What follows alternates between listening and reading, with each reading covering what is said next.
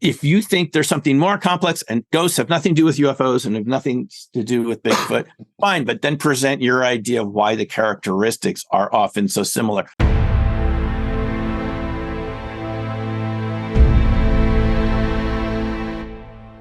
Welcome back to Mind Matters, everyone. I'm Harrison Cayley, joined by Elon Martin. And Hello. Today we are pleased to have with us Dr. Simeon Hein. Dr. Hein is the author of several books, including the most recent one, Dark Matter Monsters, Cryptids, Ball Lightning, and the Science of Secret Life Forms, and previously Opening Minds on crop circles, and a couple others. Planetary Intelligence, I believe, is the name of one of the other ones, and Black Swan Ghosts. Right. Now, Dr. Hein, welcome to the show. Thank you. I want you to get into a bit about the doctor in your title. So what's your history? What's your PhD in, and how, if anything, does that relate to what you're doing with your life now? Well, it's very serious. I have this PhD, and it means that I can call myself Dr. Hein. And it's very important to my ego to be able to refer to myself that way. And that's why I thought years ago I would spend years in school so I could call myself Dr. Hein. But more seriously, guys, how it happened was as a kid, I used to use my paper route money to buy electronic kits from Heathkit and Radio Shack and build electronic kits. And it was a lot of fun, when you're in high school or grade school, as a hobby after school to put kits together and actually see you could create radios and things like this. And, electromagnetism was it's still mysterious, and it was mysterious then. So I ended up focusing my undergraduate and master's degree and eventually PhD on how are we affected by technology? We live in an era of unprecedented technological change, or at least it certainly seems that way to those of us alive now. It's just we have gadgets and gadgets. We have more of this than any humans that we know about in recent, that we know about ever. And so I really got wondering, how does that affect how we live to have all this technology around us, especially in terms of what does it do to our perception of reality to get increasing amounts of information through a screen? And even back in 1990, before the internet existed as it does now, that was it was an interesting topic as things sort of sped up and the introduction of cell phones for most of us in the mid 90s. And so I started looking at technology, and it led me to very interesting subjects of fractal geometry and chaos theory. These were kind of new in the 90s. Benoit Mandelbrot, who had worked for IBM, had discovered that there was an alternative type of math, not the linear math that we were used to, but the mathematics of nature. And Mandelbrot and others like him who discovered this, Douglas Hofstadter, who was previously a physicist before he went into psychology, Gödel, Escher, and Bach. He co-discovered fractals just looking at superconductivity and something called the Hall effect in condensed matter physics. What these guys were suggesting to us was something that I had never considered in decades of education, which was the types of math that you and I learned, the way to put together the world in the linear way might just be incredibly limited. There could be phenomena beyond what we see, and we're biased by the math models we're using. And I could say that with authority because during my PhD, training, I learned statistics, and I eventually became a statistics teacher, an assistant professor in teaching statistics to undergrads who didn't really like it that much. But now that we know more about it, you can kind of see why they didn't like it, because it's focused on artificial ideas that nature doesn't really work around all the time, like averages, like the idea of linearity, the idea that there's some sort of normalness that you compare your distributions to what's normal. Well, what's normal? Mm-hmm.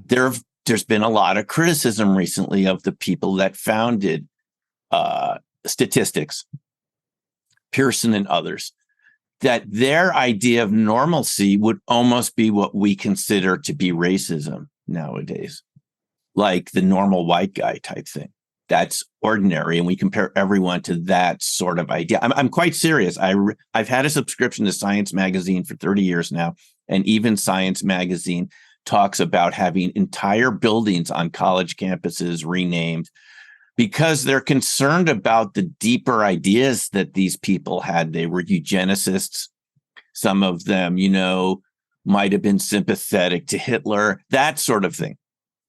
So once you realize the math models that we learned were based on this artificial sense of normalcy, you begin to be open to the idea, well, what other topics might be real that they didn't tell us about? Mm-hmm. They didn't tell me about in 27 years from kindergarten to PhD. Maybe the whole thing might be off, like in a big freaking way.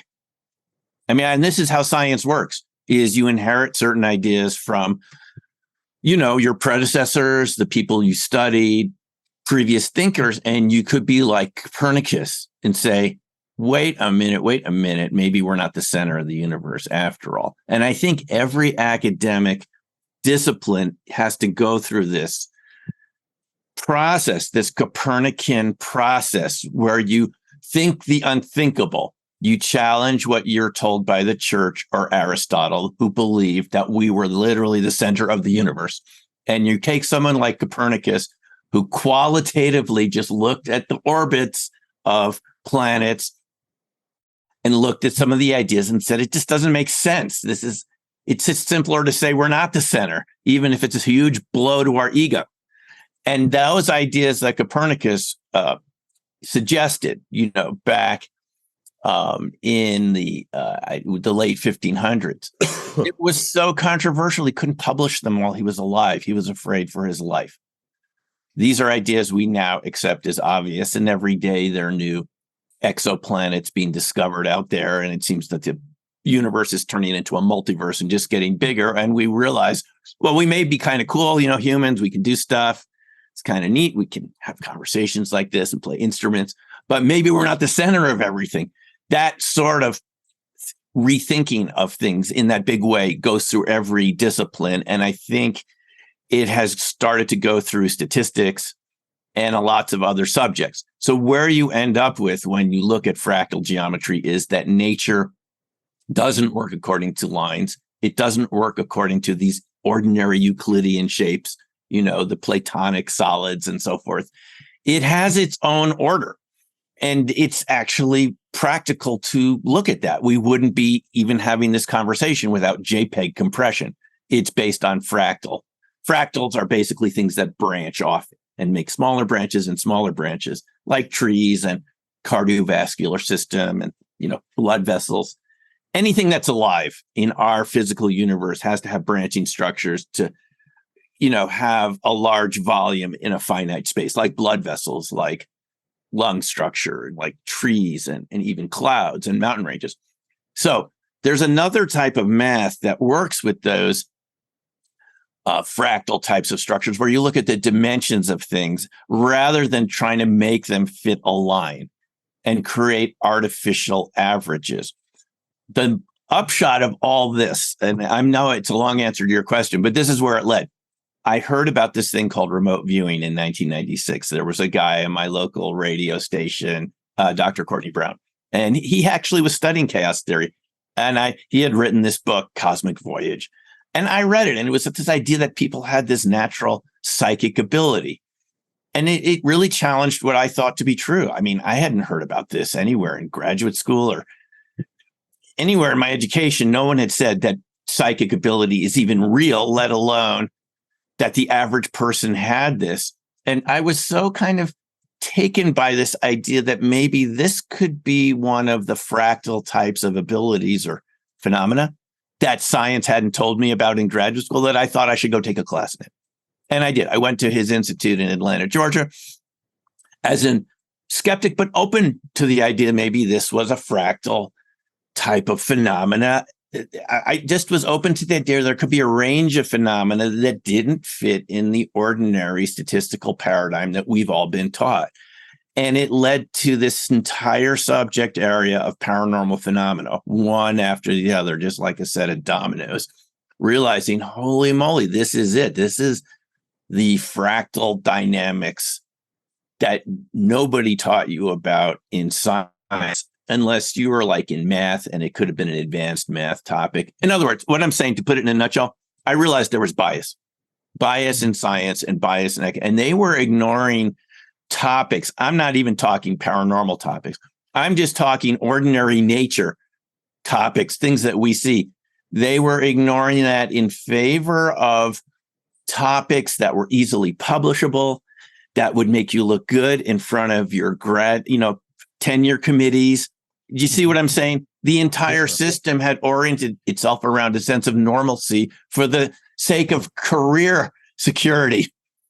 And that is what all these famous scientists that we know and love were fighting against. Copernicus, Galileo, Einstein, even Newton had interests in subjects that we still say, that was just weird stuff like alchemy. But we have evidence now that happens. There is nucleosynthesis from cold fusion Leonard experiments. So anybody we think of as a scientific hero was challenging the dogma at the time. And that's how it led me to have a very open mind to subjects that people, even to this day, sort of mock me for, friends and things like this. And, you're interested in this or this. It's getting less and less because of these congressional hearings and what's coming out about that. Yeah. But it just was the logical outcome, guys, of learning about chaos theory and fractals and realizing you may have a blind spot from kindergarten all the way to PhD, and no one freaking told you there's alternate ways of looking at reality that are scientific. They explain data. In other words, the whole system was just too damn conformist, going all the way back. I don't know how it started exactly, but there was just a blind spot that we had in the American education system, and that's how this all started. Well, on the subject of statistics, I saw an interview with Dr. Gary Nolan recently. And he was talking about stuff he does in the lab with his students. And he made a similar point. He was saying that when you do an experiment and you get a bunch of data and you've got it plotted out, like here's how it should look. And then you've got this one point that's, way off on the edges, that's totally outside of the normal distribution.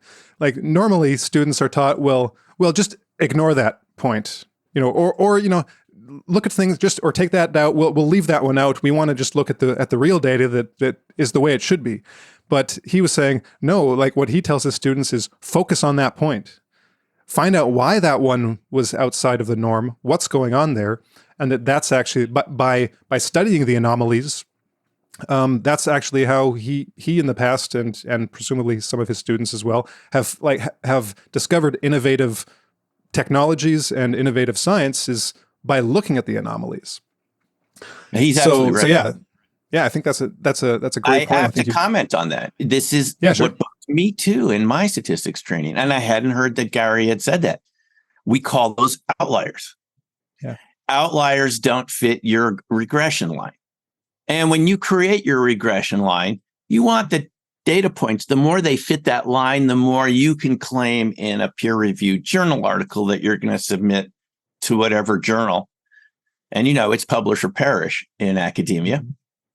The closer it fits that line, the more you feel like, whoa, I nailed it, right? And we all want to have that feeling when we publish a paper, and it increases your survival value in the academic system. There's only one problem. You could be throwing out outliers that really matter, just like Gary's telling you. And I remember being taught by one of my teachers at the University of Arizona. He said, when you get one dot that's way, just like you're saying, one dot that's way off the regression line, you can just throw it away. I said, why? He goes, because there are always outliers that aren't going to fit. We can't explain every little thing in the world. We just want the main relationship. You can throw one or two of those out. Well, here's the problem with that. That dot could be COVID. When only 60 people had it that day, when they said, there's only 60 people. It's no biggie. We remember that White House event, Larry Kudlow. We've got this. I remember sitting in the living room watching with my mom. We've got this under control. It's only 60 people. It's in the Northwest, right? Seattle somewhere. And we know who they are, and they're all quarantined. That's your outlier. until the outlier goes mainstream. And this is not new. There's guys like Nassim Nicholas Taleb, Black Swan. That's where I got the Black Swan idea from. There's written entire books about this, of Black Swan events, from this blindness we have to anomalies and tail events. So what Gary Nolan is saying there is serious. It means that we've been allowed as academics to ignore anomalies, even when they're over our nuclear missile silos, deactivating our missiles 10 at a time, as we all know about now, right? Mm-hmm. Or any of these other encounters people have with things that the system tells you, oh, that's just Venus. It's a misidentification of Venus. It's ice crystals. It's fatigue factor on the part of the military, whatever excuse they're using. Because the statisticians have allowed them to do this by throwing out the anomalies until that anomaly becomes a little wave that gets a bigger wave that starts knocking over your freaking sandcastle, as we all saw as kids on the beach, right? Those waves are going to grow and destroy your sandcastle. They start out small as the high tides coming in, and they get bigger. And that is our blind spot, and you have to be a little concerned. And it turns from a blind spot into a huge media subject matter and investigation when enough of your military pilots start seeing it and they start filing complaints saying we don't feel safe flying our training operations because these objects, we could collide with them. And this is exactly what we see going on right now in Congress. So it's fascinating, isn't it? Mm-hmm. Well, yeah. One of the threads that kind of weaves through dark matter monsters, we'll get to the subject matter of this book in a little bit, but I want to kind of ease into it. But one of the threads that I found really interesting in the book is you kind of come back to it at various points, and that is kind of the psychology of this, the psychology of an anomalous experience, the psychology of being one of those outliers. And the way I've been kind of thinking about it for the last few months, I've been thinking over the topic, is kind of like the Overton window in politics, right? Where you have the window of acceptable, in the Overton window, it's acceptable policy. But you can apply this to anything, really, anything related to human perception. You've got the realm of the normal, the realm of the statistical norm, the acceptable.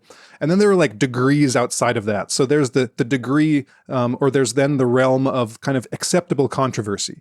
So this would be things that you can bring up, and you can debate them. People might not agree, they might insult each other, but then outside of that, you've got the realm of the kind of the untouchable, the thing that you can't even mention, or if you mention it, it's beyond the pale, right? And that seems to be not only how our kind of external discourse works when we're having public discussions about things, it also seems to have to operate on almost a very basic psychological, like even perceptual level, where when you have, let's just say you have a lifetime of normal experiences, right? Or maybe you're approaching a lifetime of normal experiences. Now, when you read or people, who have had an anomalous encounter, they often tell the same thing. They were often either like hardcore materialist, like debunker skeptics in their mentality, or kind of like open-minded, but never really thought about it. And then that event happens, that experience happens. And then all of a sudden they say, oh, wait a second. Was I wrong about this my whole life? Because I can't explain what just happened to me. Or, well, before we get to that, you often have accounts of people who will have an experience like that and then just immediately write it off. Like they can have an account where like some part of them knows that was really weird, but they say, oh, well, that must have just been like ice crystals or the planet Venus. Even though it looked like it was 300 feet across and it was like probably 100 feet above my head. Oh, maybe it was a flock of seagulls, just, having a fly in the night, right? Go ahead. Did you want to jump in there? Or, okay. Okay. But then you've got So that's kind of like the denial. There's that, okay, that's outside of my window of normal. So I'm just going to come up with a weird explanation to just kind of debunk it for myself. Or you have an experience where you're like, oh, wow, this was actually real. And I've been ignoring it my whole life. And then you try to tell someone about it. And they're just like you were 24 hours ago. Because if someone would have told you about that experience, like literally 24 hours ago, you would have written it off. So now you're the crazy one, where you're the same person. You just had a really weird experience that was outside of that realm of the normal. Yeah. No. It's so good hearing you say this. This is exactly right. And as sociologists, we have names for these sorts of things. Aviatar Zerubbabel, Israeli sociologist, called it the elephant in the room. And the bigger the elephant, the more you want to hide it, right? Because it upsets the social order. And we have a lot of resistance, just as maybe mammals, to having the social order rearranged. But on top of that, we have these bureaucracies, these political systems, these Overton windows. I mean, it's just quite incredible to see some of these senators and Congress people endorsing the UAP. UAP can call it something safe now. UAP, UFO issue, eminent domain. It's quite incredible to see this debate going on, however it resolves itself. There's another name we call this, and then these are all part of the same phenomena of denial, which is hidden events. Yeah. These are things that are happening to many people that are being denied by the mainstream society for whatever variety of reasons. And the classic example of that in this case would be child abuse from the 1960s, when it wasn't really a real diagnosis until 65. It took two professional meetings, groups of law enforcement, pediatricians, psychologists, to come together twice, once in Chicago, once in and Ron Westrom, another sociologist who I met through the SSC, Society for Scientific Exploration, has written about this. They had meetings and they eventually agreed, whoa, these kids aren't falling out of trees. They don't just have thin bones structure. Someone's hitting them, and it's their parents. And that was a huge, change, like a tectonic shift to accuse parents. Doctors didn't want to have to do this. And so this is the example we use in sociology of things that we know and accept. When you apply it to these other topics, you can see the same process going on. You want to come up with these ridiculous, far-fetched explanations to increasingly explain. You see this in the UFO debate. There was a sociologist named C. Wright Mills, and he called this crackpot realism. Is you claim you're arguing a realistic position, but when you listen to what you're saying, it doesn't make any sense. Just like what you said, Harrison. How can you take these witnesses to these huge craft? And these are people that are trained observers, missile security guards and so forth, at very sensitive installations. And they say they see these things, and yet they're told by their superiors in the military, oh, that was a meteor or something. And meteors do not hover. They do not make right angle turns. We've been doing this to ourselves for 70 years.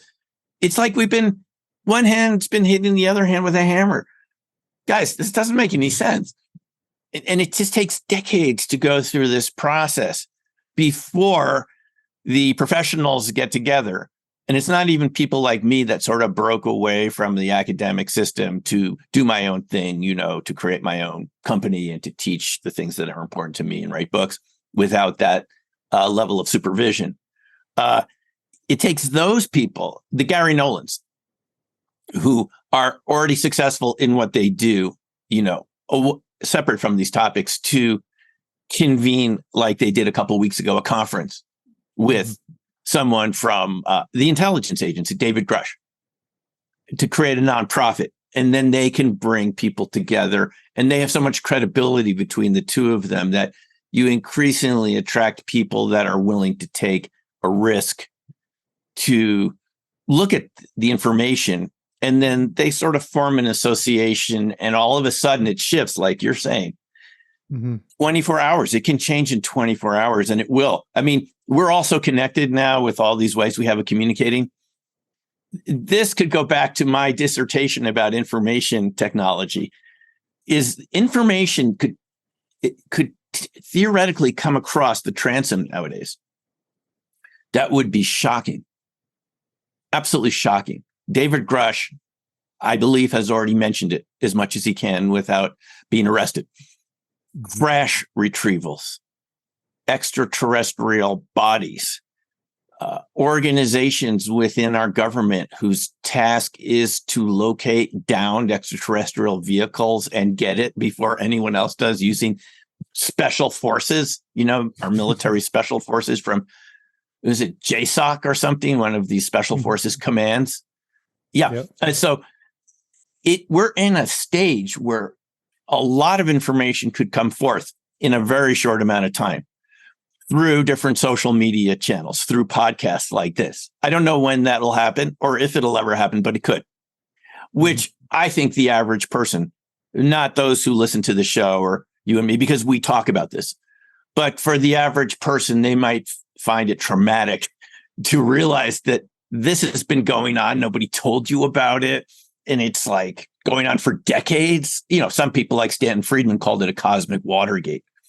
So yeah, what you're saying is true. And I've actually had friends who've experienced this transformation you're talking to me about in the span of 24 hours, who would talk to me about something, maybe didn't believe it, then have their own experience.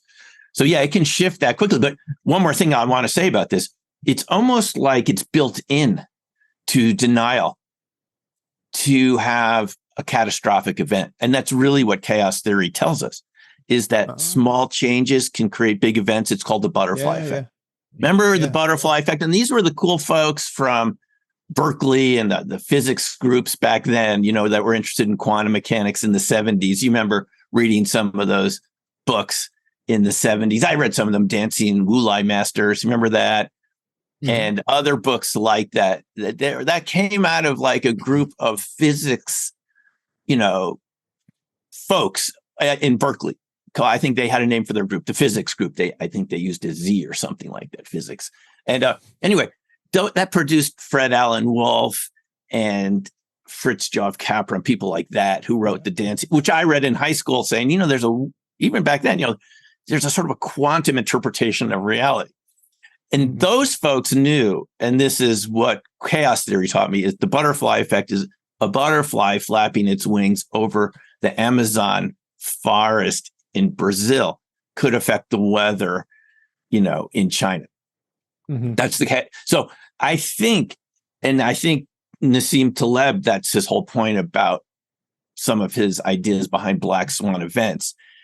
The reason they're such powerful events is because you've been denying them using your robust statistics models, which is almost like a laughing stock to call anything robust statistics.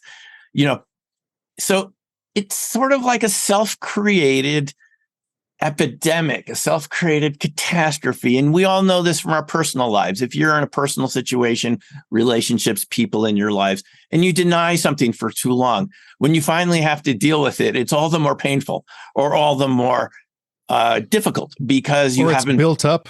It's built up and gotten worse. Yeah. It's built up and gotten worse. So this is what I believe has happened with paranormal phenomena, you name it, across the board, is the more you try to deny it, it's the more it's like Princess Leia on Star Wars, in the first Star Wars movie where she says to Darth Vader, the more you try to crush us, the more we're going to be like grains of sand slipping through your fingers. That's what these topics are like for me. And I'm not the only one to say that. Dr. Hal Puthoff from the SRI days with Russell Targ, remote viewing at Stanford Research Institute, and more recently admitting to be involved in these government UFO investigation programs going back decades, as he told us in 2018 in Las Vegas at the SSE Irvin meeting. And he's the one that gets up there and says, this information is coming out because there are too many sensor systems now. The sensor systems are getting better and better. You won't be able to deny it after a while, whether it's on fighter aircraft, satellites, and so forth. In other words, as you get more and more resolution with your sensing equipment, just for national security purposes, you start seeing more and more. You would have to deny more and more And eventually, and I've interviewed some of the people from the Nimitz incidents, Nimitz, Princeton, the Carrier Group, the Tic Tac. I've interviewed 4 of those folks on my own YouTube channel. And, this is sort of what they're telling us. Like, they had this advanced radar systems, the Aegis radar that had just been mounted on these F-18s, and it has a better 20 years ago. 20 years ago, exactly. And it has better resolution than ever. And some of them told me how good the resolution is from some of those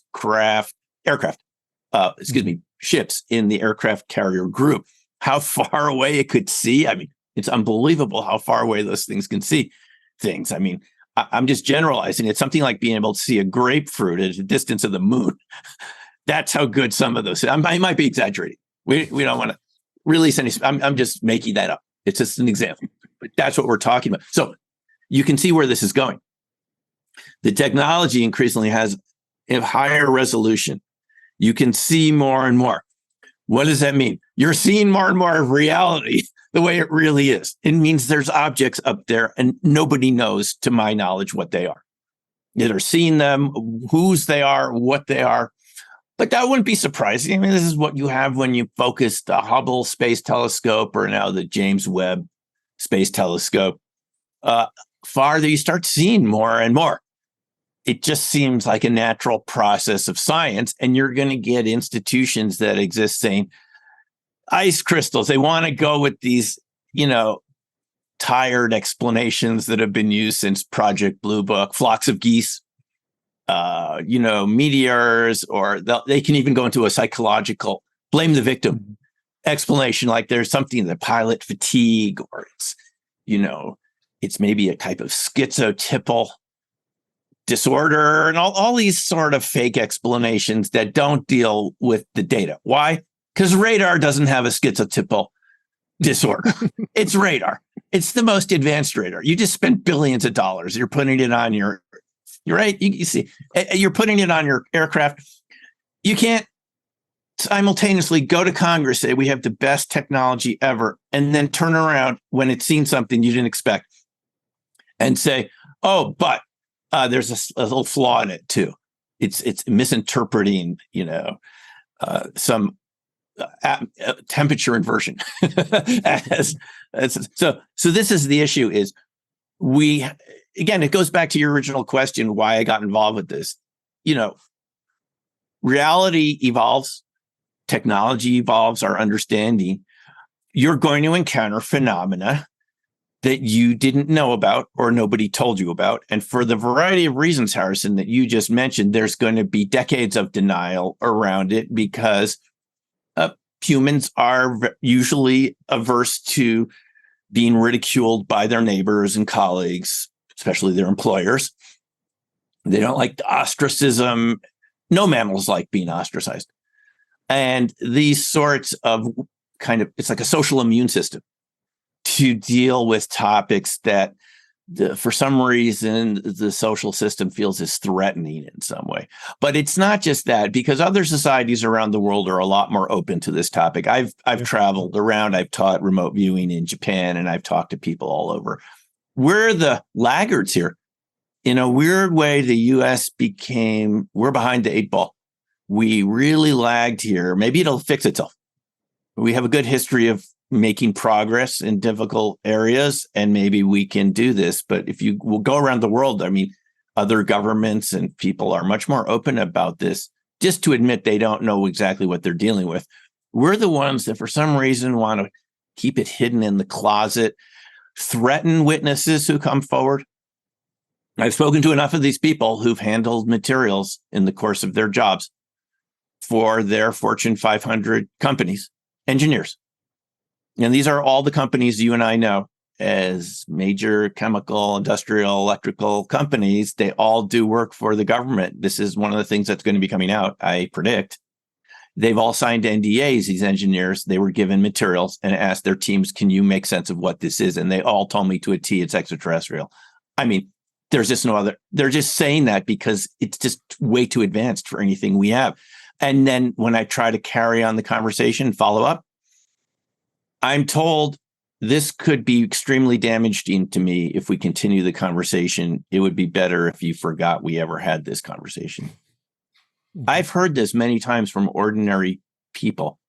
They're being asked in the course of their jobs, just with ordinary technologies that like we're used to look at this material. It's farmed out to these companies, and they've signed these really severe NDAs with the federal government that they'll never talk about it. And so they literally, I've had some walk out of the room saying this conversation never happened, and they just leave. I mean, this is at conferences and talks I give. So I know how severe this is, and this causes a type of trauma to these people. They must be listening to the news right now saying, I know this is real. I had something to do with it. But we all in the United States, you can fall through the cracks economically. We all know this is a possibility for each of us. And we're all, we're intimidated, blackmailed in a sense, actually, that if you go too far out on this topic, there could be repercussions, right? And, nobody wants to have that happen in the course of a career. Even I was told, going back to you're talking about outliers, I was told the same sort of thing in a very general way, not with these topics, but, you do want to be successful with this, don't you, Simeon? I mean, you put a lot of time into the graduate career. You do want to have a successful career, right? Well, then stick with the main topics, don't go too far out, stuff like that. And that's just sociology.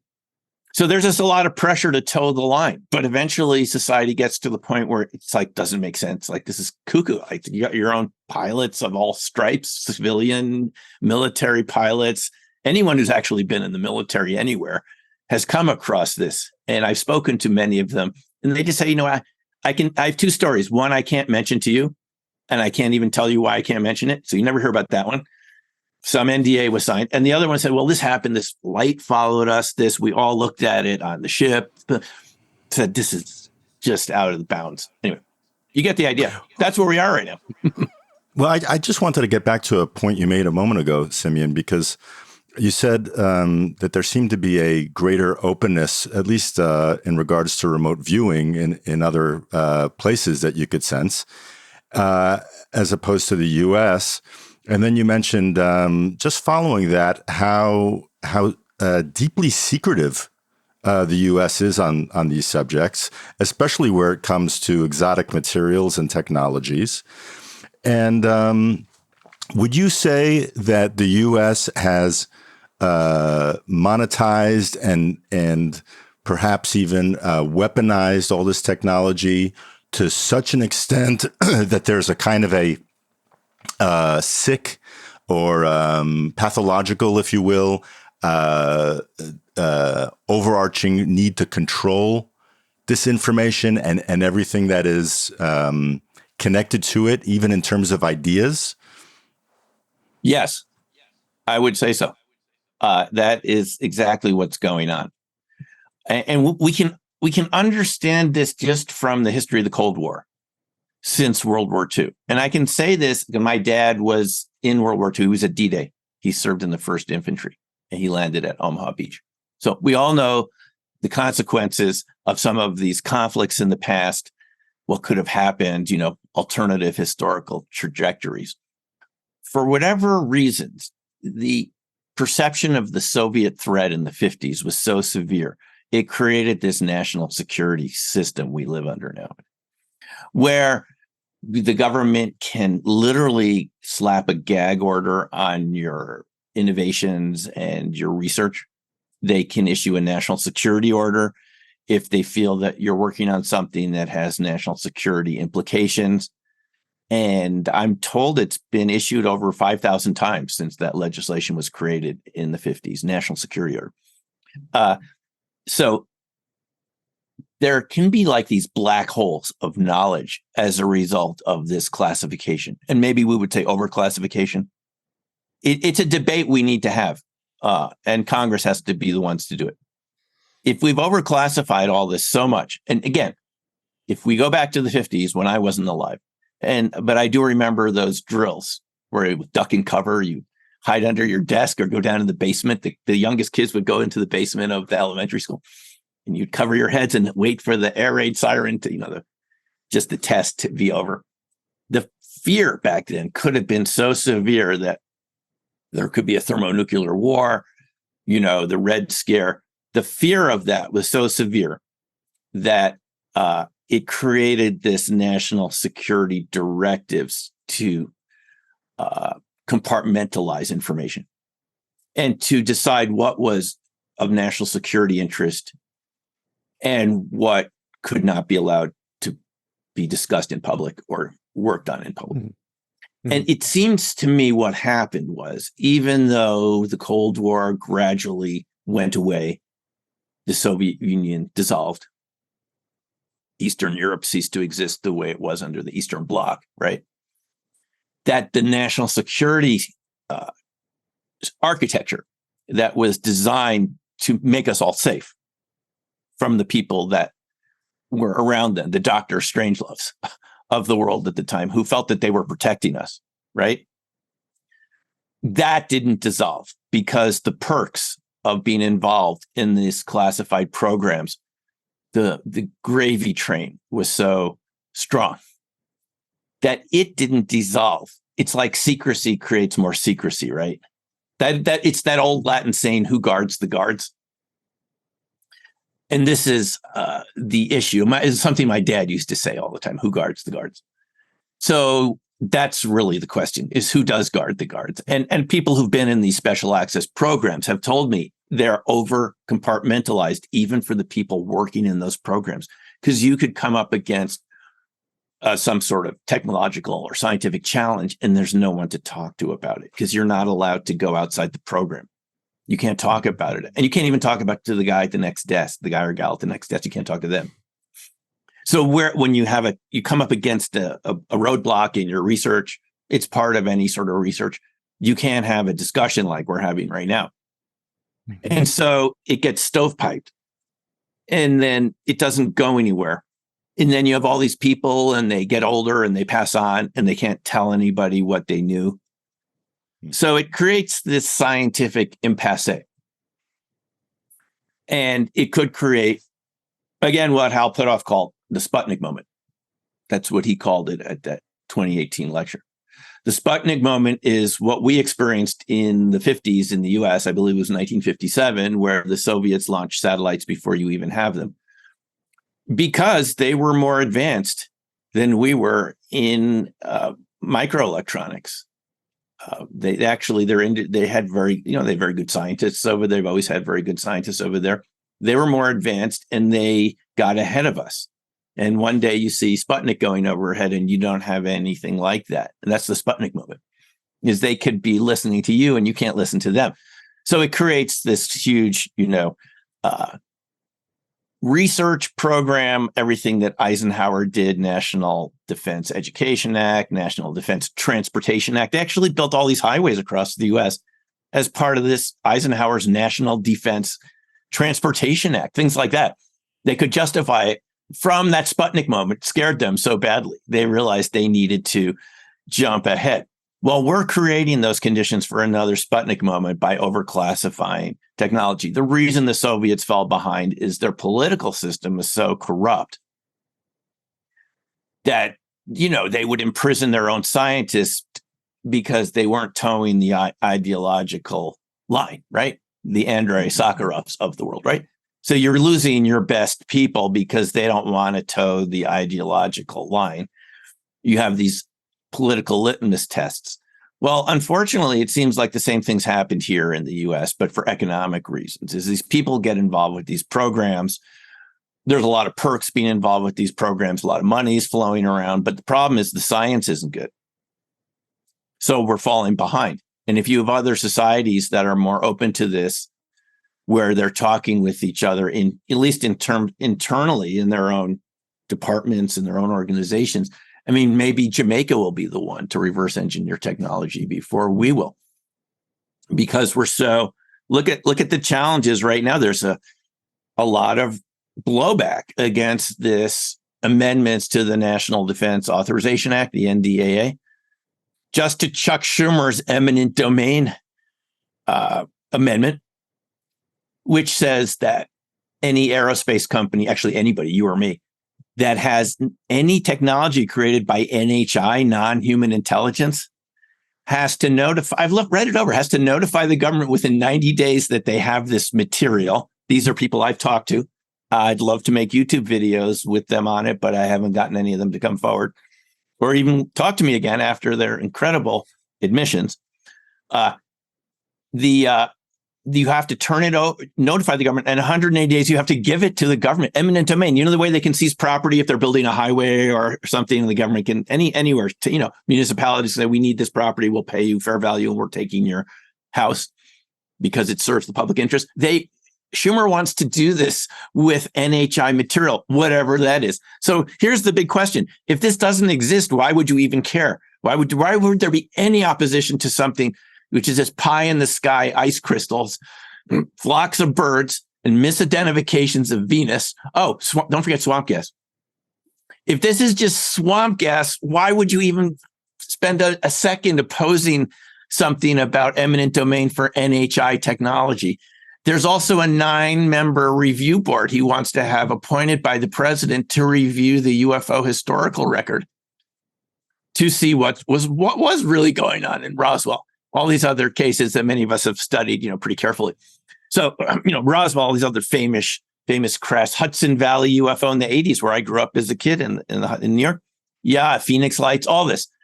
So if this is all just swamp gas or Cessnas flying in formation, why would you even oppose it for 1 second? Why would these aerospace contractors be donating hundreds of thousands of dollars to the same senators who are resisting this legislation if they don't have a piece of a UFO?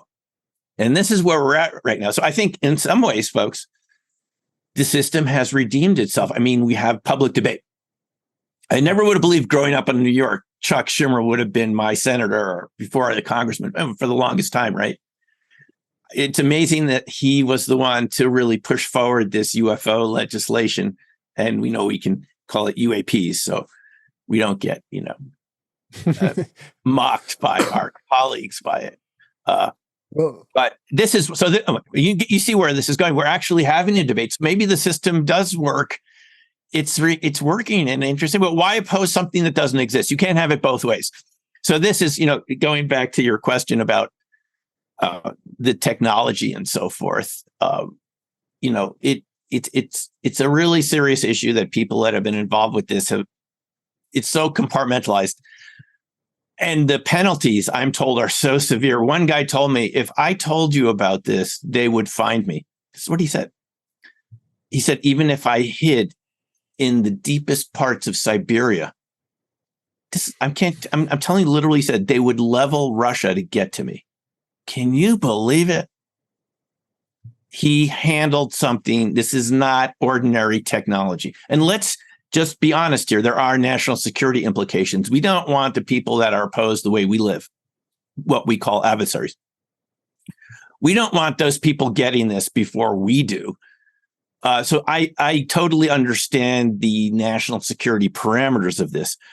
I think what we're saying and what the UAP caucus in Congress is saying, those senators and Congress people that have come together over this, we understand right now with the technology we have, we don't want to give anything away that could be immediately advantageous in a military security arena. But what about what about Roswell? What about all these Aztec? What about all these what about Betty and Barney Hill? Abductees? What about going back decades? Surely we can talk about that, or can't we? Is there still something about it, just like the JFK records, where it's just so sensitive? AKA, someone's going to look bad if someone's going to look bad if we reveal this. So we're just going to cover it up for another, till 2067 or something. We're just, what is the difficulty of going back 70 years? Oh, that's longer than any of us here on the call are, right here have been around. What? You can't talk about something from 1947? Anyway. There's a lot of contradictions here, and it permeates these topics in the most fascinating way. But it's healthy. This is who we are. We're Americans. We have discussions. We have an order. When I was on a debate team in high school, there's something called Robert's Rules of Order, Robert's Rules of Order are designed for people who are bitter opponents to at least have some basic rules to have a debate, right? In Congress or wherever. Yeah. And we have Robert's Rules of Order. So this is what makes us different than other countries. Other countries don't have Robert's Rules of Order. If you oppose the main political party, they're just going to kill you or imprison you forever, as we know happens in these other totalitarian sort of countries, which we call adversaries. But we have this process here. Let's take advantage of it. Well, so in a sense, so what you've been describing in the terms that I was using of the Overton window, we've seen UFOs enter the realm of, I think it's Overton's window. There are two different ways of looking at it. There's someone's spheres. I can't remember the name, but anyways, it's a similar concept. So we've entered UFOs have entered the realm of legitimate controversy. So this is something that's allowed to be taken seriously now by news anchors and in Congress. So you see people talking about it, and they don't have to smirk or make like some kind of Little green man. little comment like that. I mean, they still do, most of them, but it's entered that realm of controversy, so it's allowed to be talked about. But then this goes back to something else you said. Why does the U.S. seem like they're so far behind in this area, in this kind of openness and transparency area? I think it might have to do with my thought is that it's probably because they know the most, and it's been like an actual policy since like 1953, since the Robinson panel, that there is an official, or there has been an official, on some level, policy of debunking and denial. So what essentially happened in like the late 40s and early 50s is you had this split in society, like the mainstream and like normal split, and then the people that were willing to look at this. And it's while they've developed kind of as one larger society, in another sense, they've developed along these parallel lines, where if you look at the history of ufology since the 1940s, the history of the people that have looked at it or taken it seriously, you see there's a whole history to it. You start out with, well, first of all, when you look back at early cases, the early cases are probably as weird as the cases in the last like 20, 30 years. But what happened in ufology is that it took decades and decades for ufologists who have like open minds and are willing to look at this thing to even be open to the weird stuff about UFOs. So you started and it was just lights in the sky and like moving objects and structured craft, that were out there. But then a lot of like the early ufologists would reject any landing cases, because landing cases, UFOs are okay as long as they're up in the air, but landing, I'm not sure about that. And then occupants, with the pilots like walking around, well, okay, no, that's a bit too far. I can handle UFOs in the sky. I can maybe even handle a landed UFO, but an occupant, that's a bit too far. And there's always something that's a bit too far to accept. But the history of ufology has been like steadily over the decades, as there's like part gets established, then they're kind of open to another new thing. So like in the 70s, it was finally in the mid 60s, you had the first reports of abduction. So, Betty and Barney Hill, you mentioned in 1961. Well, it was 65 when it was first published and people started knowing about it. And then it wasn't until like the 70s that it kind of, the field kind of took it more seriously. And then it wasn't until the 80s when it kind of like blew up and Whitley Strieber wrote his book and it kind of got mainstream attention.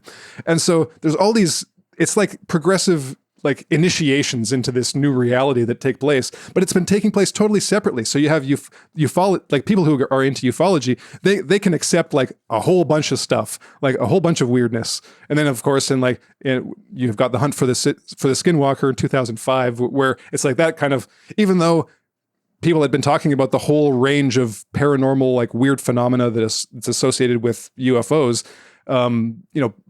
that book by, Knapp and Kelleher was probably the first kind of like mainstream book that kind of presented it all there. And then you have the OSAP program from like Bigelow and Lukatsky and Kelleher and all those guys, where they're studying everything, right?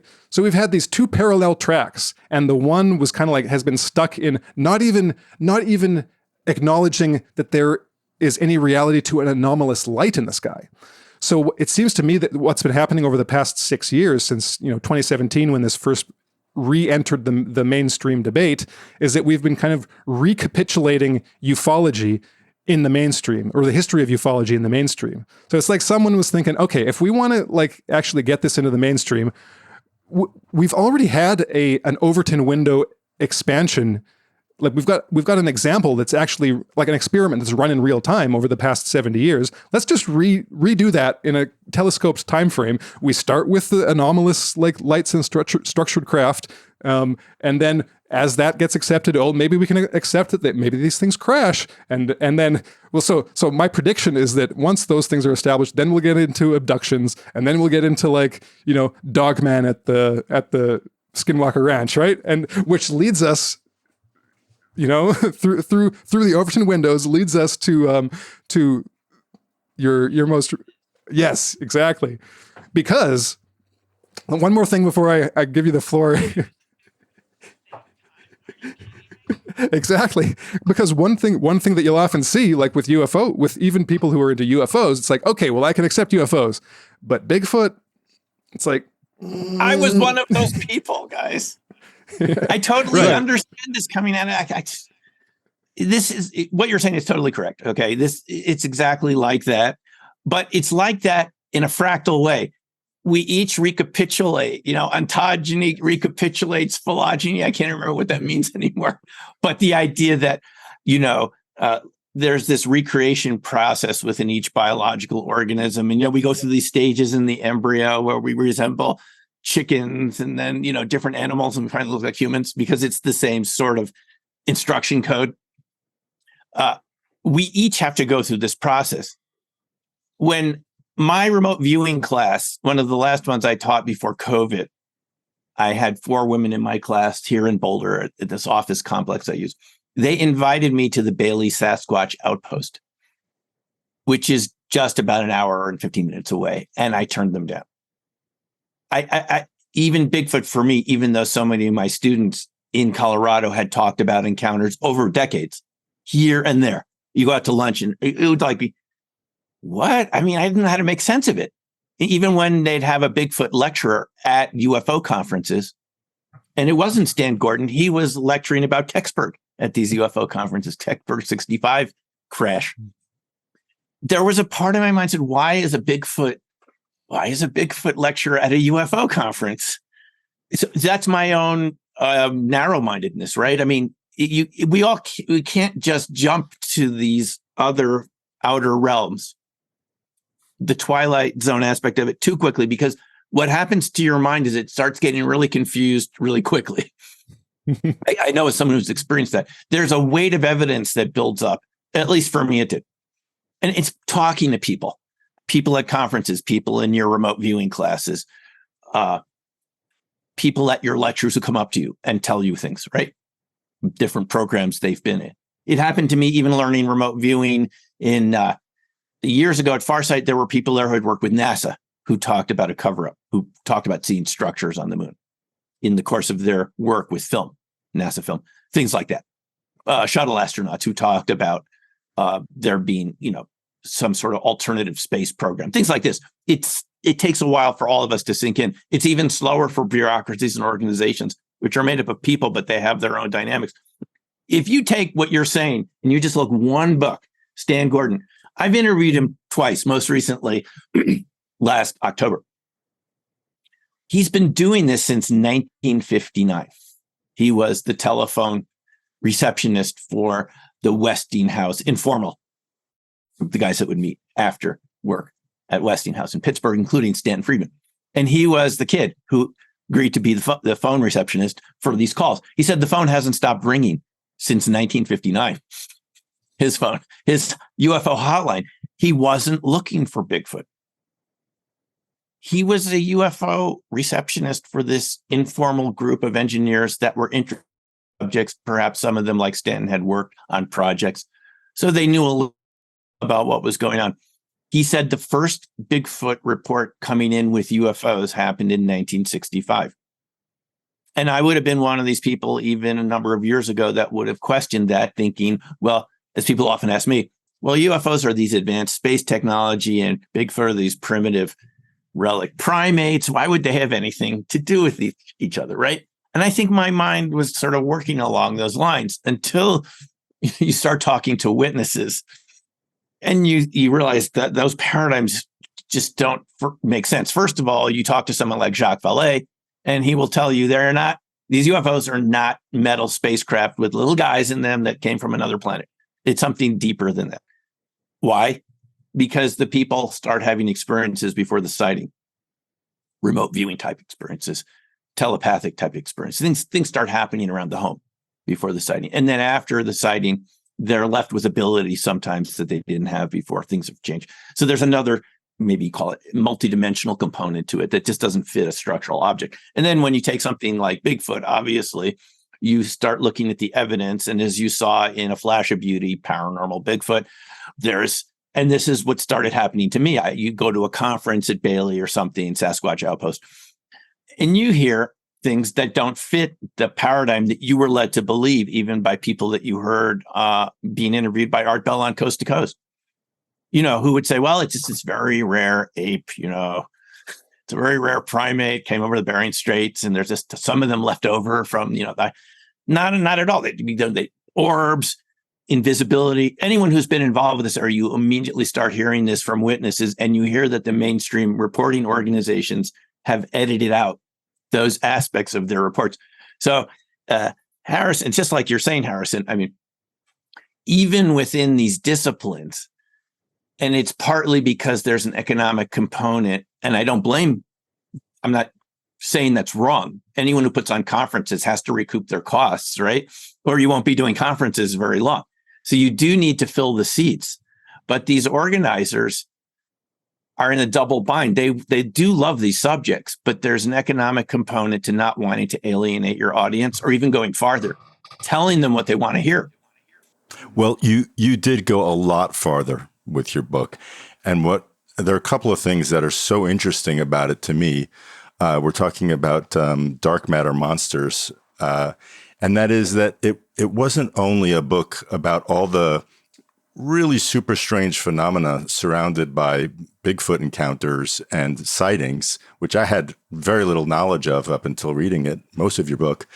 But you do something, it's almost as though this book that you wrote is a point of departure from which you make the case that some of these phenomena have been witnessed by physicists working on cold fusion technology and all sorts of other things, orbs of light and changes in gravitation and small black holes, all of these various things that have been seen or experienced to some degree or another, accompanied by what book is that?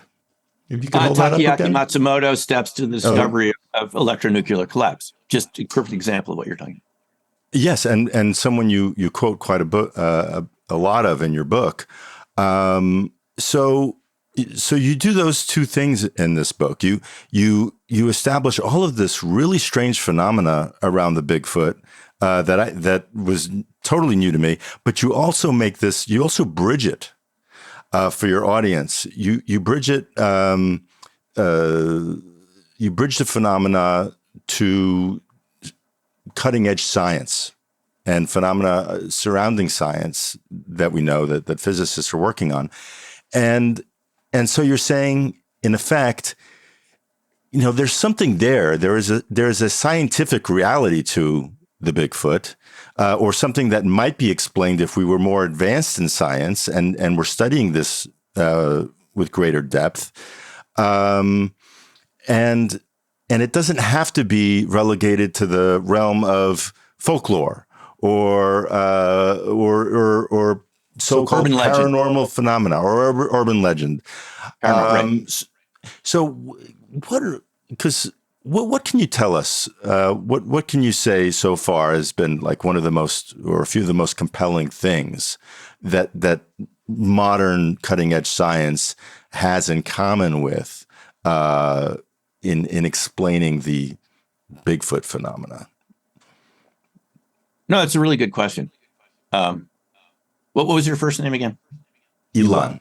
Elon. Elon, it's a good question.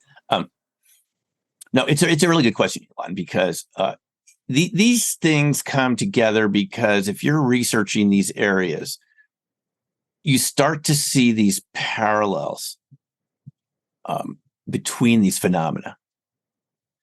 And it's not like you're forcing it to fit together. It's just too much of a coincidence to be reading into research in condensed matter physics. Again, I've read Science Magazine ever since my graduate committee in WSU said, you should have a subscription to Science. There's a good sociology article in there once in a while. You start seeing from there into what witnesses are telling you they're seeing around Bigfoot. And then you look at the research around cold fusion, Leonard, Winston Bostick, going back to the 50s, worked for the Atomic Energy Commission, finding peaceful uses of nuclear power. And then even going back to Tesla, who we've all heard of, but, has this sort of mythic sort of stature in American history. But he's the inventor of fluorescent light bulbs and AC power and all this. I mean, he's sort of a part of our lives. But we forgot about him for a variety of reasons. You start looking at this and you realize we're dealing with a mass hidden event here. For the reasons that we've been talking about on this show, it's remained in the realm of classified special access programs because of the situation we find ourselves in the US. So that it hasn't really reached the level of discussion even amongst scientists. So when I was looking into these Bigfoot phenomena, and I'm reading about the way Fleischman and Pons, did their work, the two guys at the University of Utah in '89 that were basically driven out of the country for saying there was something called cold fusion, that they had discovered it on their laboratory, a tabletop room temperature device. When you look at these phenomena, and finally the third piece of the puzzle comes together, people like James Lakatsky write a book, Skinwalkers at the Pentagon. And you have people like James Lakatsky, John Ramirez, former CIA, technical officer in missile analysis of missile systems, electronics of, adversaries' missiles. And they're saying the same thing. You realize that there's just been an area, there's sort of a simplification that could happen, where instead of saying we're dealing with lots of separate phenomena, like the Ptolemaic system, which had epicycles and equants and little invented things to try to explain why you had this retrograde motion in planets. And, they had created these very complicated models to explain, because they're on their own orbits and they're all going around the Earth, these very complicated Ptolemaic systems, which worked, but was just too complex and didn't turn out to be the case. You can just perform this simplification and say these phenomena are variations of the same thing. In other words, gravity and acceleration are the same thing. Back when Einstein made that statement 100 years ago with his general theory of relativity, that would have seemed weird to people, but he just said, look, unless you can show these phenomena are really separate, we have to assume they're the same thing, and hence gravity and acceleration. What we perceive as gravity and you perceive in a car when you accelerate, Einstein was saying those are the same forces. That's a type of unification and simplification. When you look at these phenomena and you hear John Ramirez talk about stealth plasmas, UFOs that could take on invisible forms, and he's talking from someone that worked in the CIA, who's been told he has permission to talk about this, or at least no one's told him to stop talking about this. And they can see this with their keyhole satellites, stealth plasmas.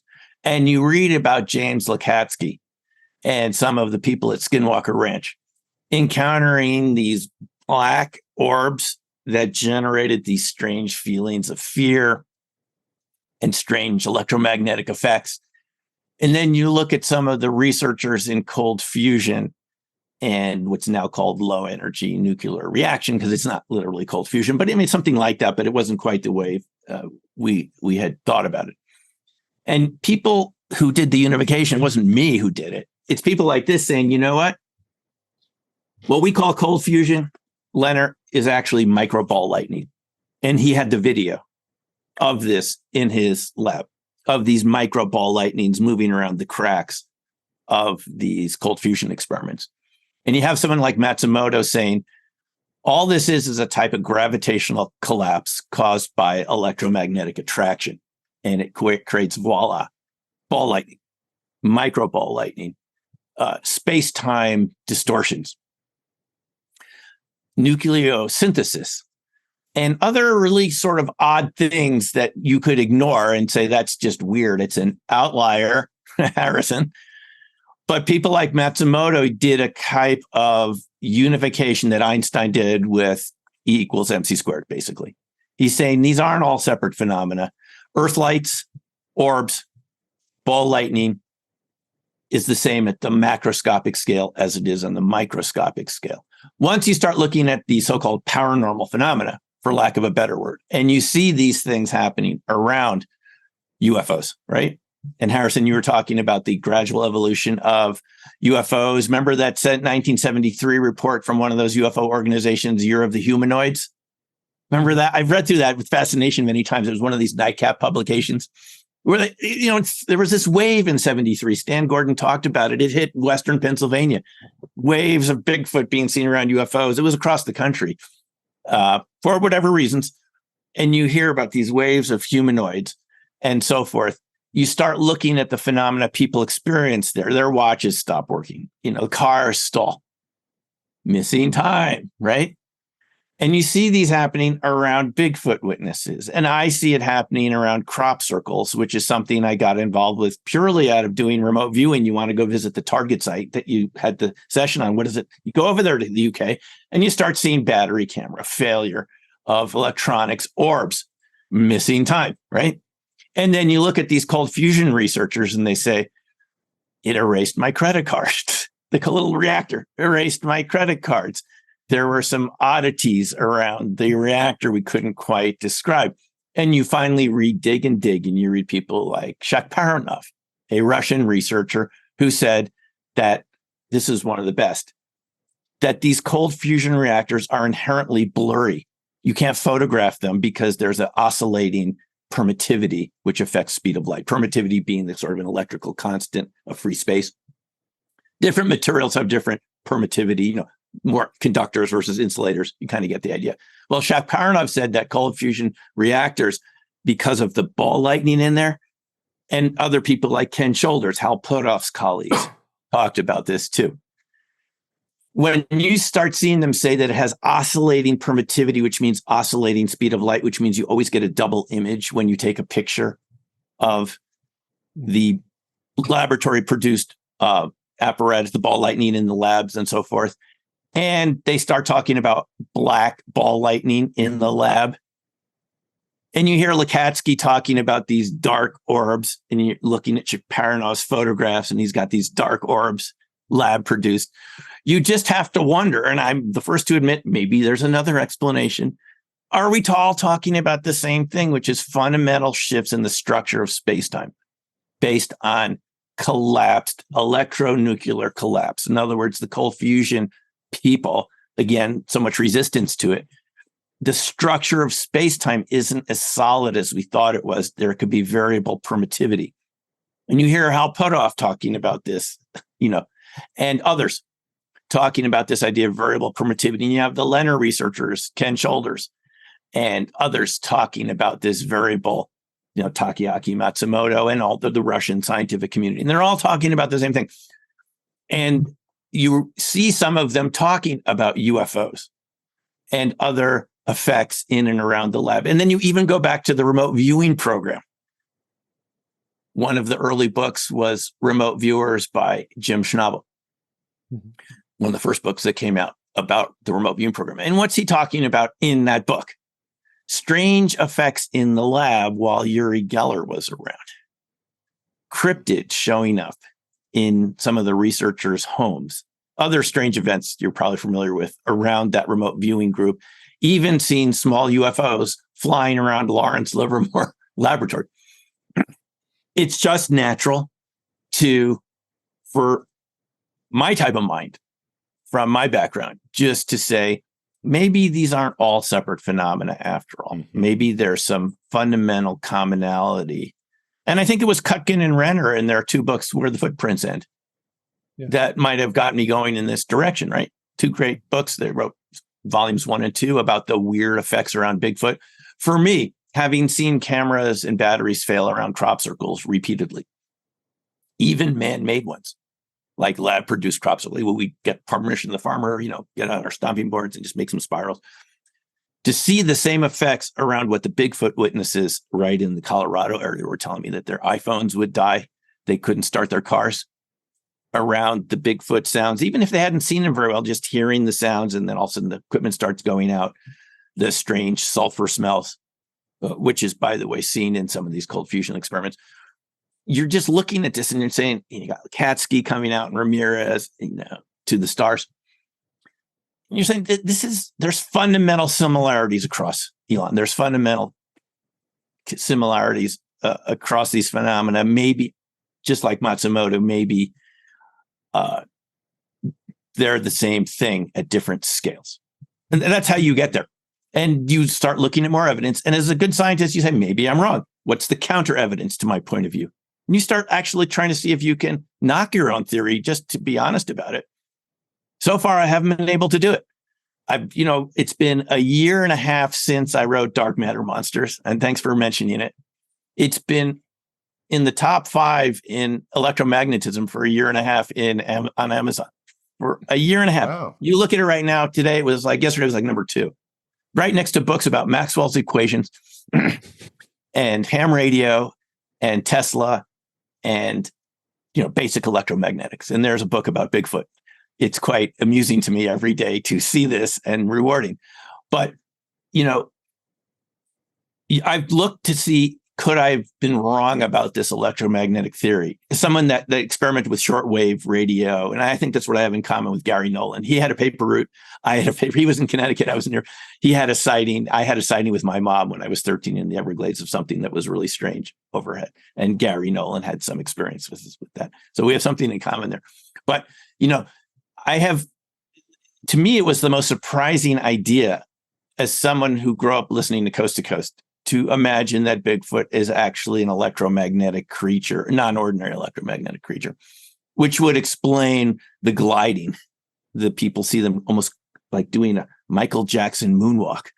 They see them glide around trees and just have tremendous speeds. I mean, ballistic. There's a term in physics. It's called ballistic energy flow. It's when something has almost no resistance and it's focused like a bullet. You hear about this ballistic motion of these creatures. You just have to wonder whether this explanation is much better than the relic primate. For me, it is. And I'm happy to people to read the book and come to a different conclusion. I mean, that's what this is all about. Well, dark matter. An idea that's very central to explaining where the Bigfoot may be coming from, or what it may be made of, or what the substrate is that it exists within. Maybe in your book, you suggest that dark matter is actually it actually has a much bigger part in the substance of the universe than we might ordinarily be led to believe. I watched a pretty generic video about the CERN Large Hadron Collider the other day. And in its explanation, they said, well, dark matter makes up, if I remember, only 5% of the universe. But there's a suggestion that it is actually has a much bigger place in the substance of the universe. Or a part of the universe. Can you explain that for us a little bit, and why that has such a kind of area of central importance to what the Bigfoot is, or where it may be coming from? Yeah, no, that's a good question. In astrophysics, and I tell you how I got interested in astrophysics. I went to the University of Arizona, and I was in the sociology department, learning my research methods and statistics. But they had a planetarium there, which the astrophysicists would give a lecture once a week. And I would go there and be amazed by the science I was listening to. And just then in the 80s, dark energy was being discovered. And they talked about Fritz Zwicky and dark matter and all these subjects. What they were talking about is now what we refer to as the double dark model, the cosmological model of the universe, which is the idea that it's actually not 5% dark matter. It's more like 60, 70% of the matter out there is not visible. It's not electromagnetically active. You can't see it. It doesn't reflect light. And then there's another, that would be like 30%. The 60% would be dark, so-called dark energy. And these are two forces that have to be there in order for the structure of the universe to look like what it looks like. The dark matter is what would hold galaxies together. There's not enough matter in any galaxies that scientists can see, physical matter, to explain why they just don't fly apart. The rotation of the galaxies and other factors says that there has to be something else there to hold it together, matter that we haven't detected yet. This isn't necessarily one type of thing. It's just matter that has evaded detection, except gravitationally. And that's dark matter. And it outnumbers ordinary matter 10 to 1. There have to be 10 particles of dark matter for every 1 particle of visible matter. Dark energy would be the force that seemingly pushes galaxies apart from this redshift and so forth.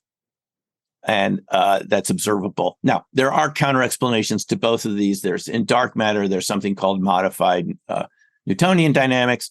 And there's other ideas about dark energies that maybe they don't really exist. But to my knowledge, and I keep up on this every week, those models still are not adequate for explaining what scientists see. And so we're told that this double dark model of the universe explains observations, all known observations from all the telescopes and probes to a T. That there's matter we can't see and it's sort of an energetic force pushing the galaxies apart. So what it really suggests is that we don't know our universe at all. You know, going back to this discussion of paranormal phenomena, we don't even know our own universe. Because when scientists look beyond the Earth and you're looking to explain the motions of planets and galaxies and the characteristics of light, you have to admit you don't know 95% of it. Even the remaining 5%, 90% of that's called non-baryonic, which means it doesn't reflect light. It's physical matter that we would say exists, but it doesn't interact with light. So that leaves 0.5%. Everything you see in these beautiful James Webb telescope photos, these incredible images of distant, nebulae and galaxies and, cosmological objects, that's 0.5% of what's out there. The rest we don't really know very much about. Researchers that looked into dark matter concluded that these relic neutrinos, these relic because they're from the origin of the universe, they make up a tiny percent of dark matter. It's not like dark matter is just one thing. Maybe that's 1% of dark matter, something around there. And that we're interacting with them all the time. And they're a catalyst to biological and chemical reactions. More specifically, relic neutrinos would be a component in something that Takeaki Matsumoto said about a type of nuclear decay, inverse beta decay. There's a beta decay, which is losing its type of where you start losing particles from the atom. And there's an inverse type of beta decay where neutrinos become involved. We don't get too complex about it. But the net effect of this is if you have this inverse beta decay, which dark matter would seem to promote. And we know this from these experiments. If you actually close windows where these cold fusion reactors are operating in, you need to move them around the room every couple of days because they seem to use up the relic neutrinos that are around, something like that. Alexander Parkhomov, a Russian scientist, did extensive research with this home-built telescope that he found all these variations in biological and chemical processes based on time of year, things that we were taught in chemistry and physics classes should be constant, like radioactive decay. He found variation based on the position of the Earth relative to the Milky Way, relative to the local group and so forth, which suggested a cosmological component. And he's a former, classified aviation expert, formerly Soviet Union that turned to cold fusion, which should tell us something right there. And he created this home-built reactor with this surplus Soviet equipment. Anyway, it's people like that determined there was some sort of cosmological effects on life on Earth. And so the reason I suggest that this has something to do with Bigfoot is, first of all, if most of the matter is invisible in the universe, why do we assume we could see everything even here on Earth? I know that's kind of a leap and maybe even kind of scary to think about. But if it's 99.5% invisible out there, what about right here? And this is what witnesses, I don't need to stretch this at all.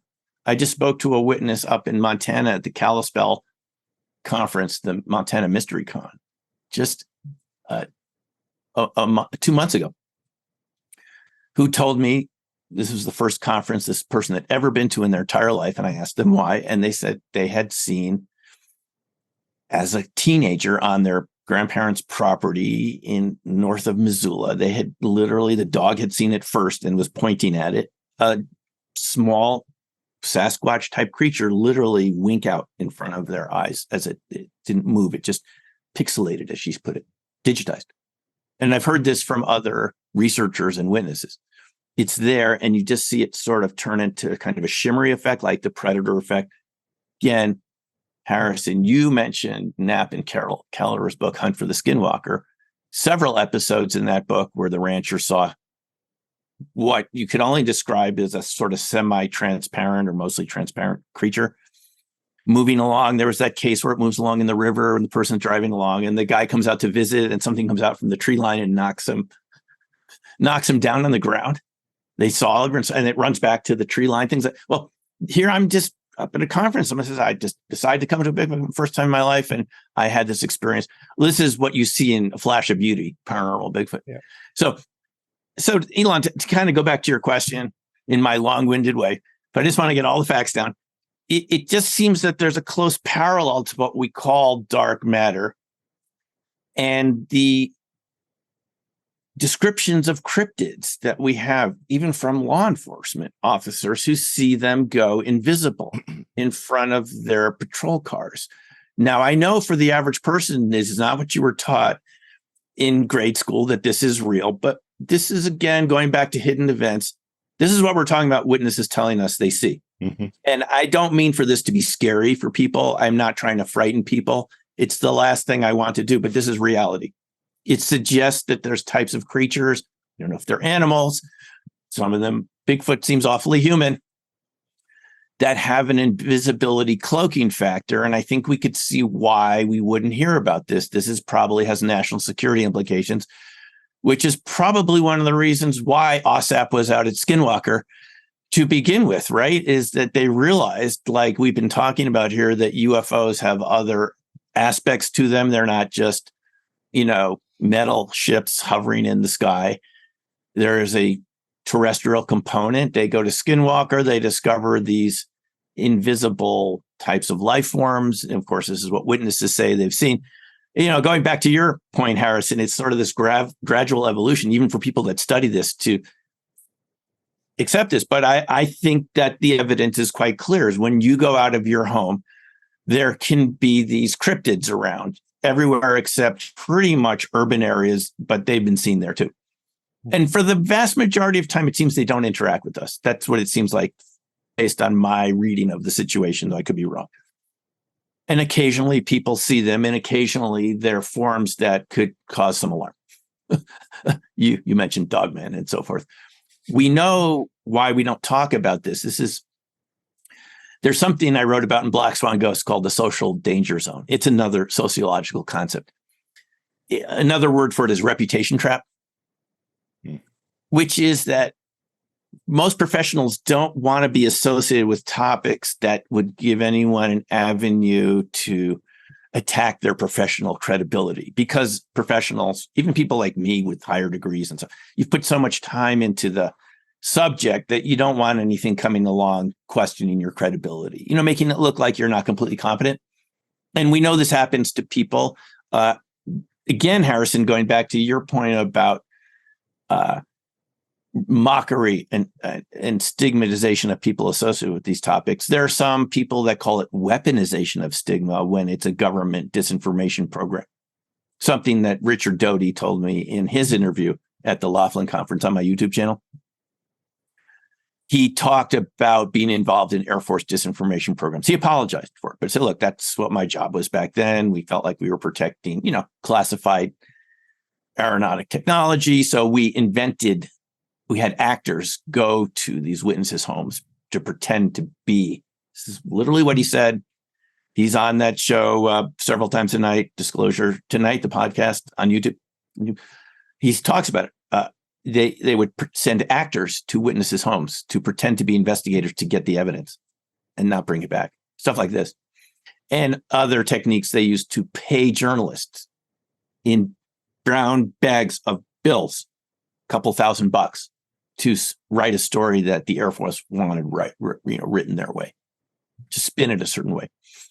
He said there's just huge amounts of money going to pay journalists to spin it a certain way.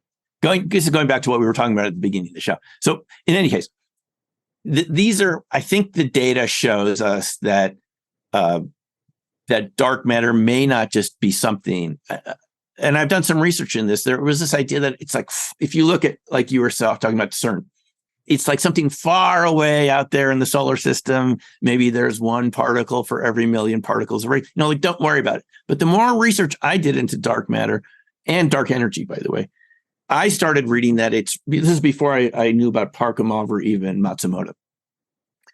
I've started reading articles in New Scientist. They said, no, actually it's on Earth. There's some of it here. Maybe it's negligible. Kind of this creeping thing, Harrison, that you're talking about, kind of gradual contagion of ideas. This is what it would be referred to in social science, as kind of a contagion, a slow creep of ideas. Gradually, I did that. Dark matter and dark energy are here, whatever they are. And then you have people like Parkhomov saying, no, we can create a little telescope. I was trying to look to show his cute little tabletop relic neutrino telescope. He could tell by pointing in different directions that there was a direction. It was something flowing into the atmosphere. You're interacting with it more outside, by the way, than inside.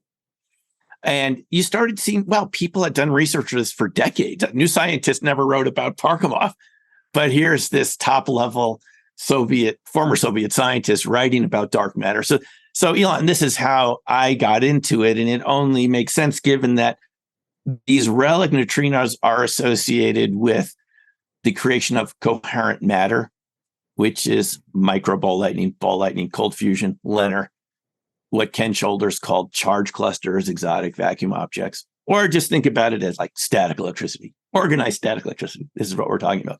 If those folks are saying that this type of coherent matter has an invisible component and is a link to this dark matter universe, and you also read like people like Leah Broussard at Oak Ridge National Laboratories in Tennessee, and you read about their research, they're talking about these mirror universes. In our own space, there are other universes, and they're looking for tests you can do with neutrons and things like this to possibly measure that this exists, right? You start seeing this across different sciences, and then you look at the topics that we're interested in, and you say, well, people are reporting these weird space-time distortions around Bigfoot and so forth. Again, and you look at Shoulders and Broussards and people, and they're talking about dark matter and dark matter universes and parallel realities, to I guess a common way to say it. If they're talking about it, and these are cut and dried scientists that, were hired, some of them by their own defense establishments for a while. If they're talking about invisible universes next to us, and you're talking to witnesses, be they UFO witnesses or the Stan Gordons of the world, who have really high credentials, in my view, since they've been studying this for decades, and they're talking about people seeing these Bigfoot walking across the field next to the UFOs hovering up there, and then the Bigfoot's gone, just disappears, and you've met witnesses like this who've told you the same thing. You just start to have to wonder, in an Einsteinian way, are we talking about the same invisible universes here? Is that what we're talking about? That these invisible universes have their own invisible denizens who show up here sometimes, and we call them cryptids? It's just a kind of open question for me. Again, I'm happy to entertain other explanation, guys, if you think there's a simpler explanation. But for me, with the weight of the evidence and researchers who've been looking at this for decades suggest we're dealing with the same invisible universe. I mean, Ramirez calls it stealth plasmas. Shoulders calls it black ball lightning. He said he would see his charge clusters in the lab-produced ball lightning. He has these photos where you see it doing its spiral type thing. They move in these spiral shapes through the air. They're twisting these organized plasmas. And then it's missing. And then it shows up again. He said, where did it go? You see it here, and then it's here on the photo. He's the one, Shoulders, who worked for NSA, creating microelectronics, masking techniques for circuit boards in the 60s, I believe. I mean, this is someone that worked for our own NSA. And he's saying there's an invisible universe. These charge clusters can go into another world. We don't see where they go. We can see them emerge again. You just have to wonder when you're talking to your Bigfoot witnesses whether it's not actually an escaped gorilla that they're seeing or a relic primate. It's something that has this ability, like Shoulders is talking about, to go into some other reality where we don't see them for a moment. And they seem to be able to emerge at will. And that would suggest something, again, going back to the beginning of our conversation, like a big blow to the human ego, that there's some other two-legged hominid around that can do something that you can't do, which is it can go invisible. It can morph. People say they've seen them turn into tree stumps. I mean, it's really weird stuff, but this is what they say. They see turn into boulders, that they have this morphing ability. We think about it in terms of the Predator movies, this Predator ability to go into this other state. And if you think what I'm talking about is science fiction, all you need to do is watch A Flash of Beauty, not because I'm in it, because of those witnesses, especially the witnesses at the end, who literally see, they say it, and other people have said this, but here you have them on camera. They saw it go from, I shouldn't say too much because we don't have spoilers here. They saw it shapeshift and have orb-like properties. I mean, doesn't it blow you away, guys, when you saw that? I thought, wow, absolutely. This isn't, I'm not just making this up. There are actually people that are going to go on camera who, by the way, who didn't want to really be known for this, right? That guy, is it Kobe and the other fellow? They're part of a construction company. They don't need this publicity to make their business better, construction, right? So Elon, again, kind of a long answer to your question. This is how you start connecting the dots. I'm just saying, if it looks like a duck and acts like a duck, it's a duck. If you think there's something more complex and ghosts have nothing to do with UFOs and have nothing to do with Bigfoot, fine, but then present your idea of why the characteristics are often so similar. Let's just take one thing. Temperature changes, sudden temperature changes. You hear this so many times from witnesses, whether it's ghosts, haunted sites, right? One room in the house will be really cold and it's upstairs. It doesn't make any sense. UFOs, I've talked to witnesses. They said they had to put their coats on in July in Florida around an object they saw hovering there, sucked all the heat. You go back to Mark McCandlish, bless his soul, he's no longer with us, who did, illustrations for Popular Mechanics and had talked to that witness at one of those air shows, the Norton Air Force show, who said that he just, the room, the curtain was drawn back. There were hovering discs at Norton Air Force Base, reverse engineered craft of some type. And the room was really cold, right? And you hear about these cold fusion researchers who tell you that the room got colder, the temperature changed right around the reactor. You just have to wonder if it's the same mechanism when we know from the work in coherent matter being the state of matter past plasmas, liquids and solids and gases and plasmas, and coherent matter is like organized plasma. You get these temperature changes around coherent matter. Lockheed Martin talks about that type of thing in their patent. Yeah. Right. So when you start doing that, and then you finally come across the Lockheed Martin patent, where they talk about coherent matter wave beams and it creates action at a distance, and you create it by frequency, right? Resonance. They talk about resonance, not by energy manipulation, by pulling energy out of the system, but getting everything at the same frequency. And you start seeing all these commonalities. I just think it makes sense to say that we're dealing with the same phenomena here. And if you don't agree, create your own alternative explanation. I'm happy to look at it too. Mm-hmm.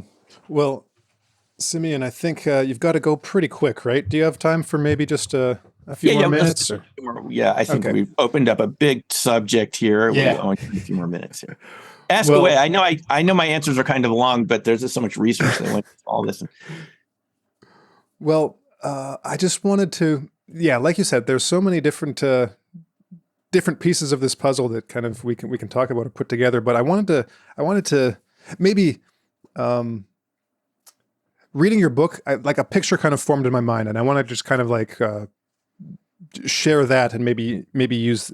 I want to read one quote from the book, and then maybe go from there. So it was. I'd never read much about dark matter. I didn't know, much about it, just the basics, the kind of stuff you might see in a popular science kind of article, but really hadn't thought about it much. Had seen references to it and like attempted, debunkings among the kind of electric universe type people.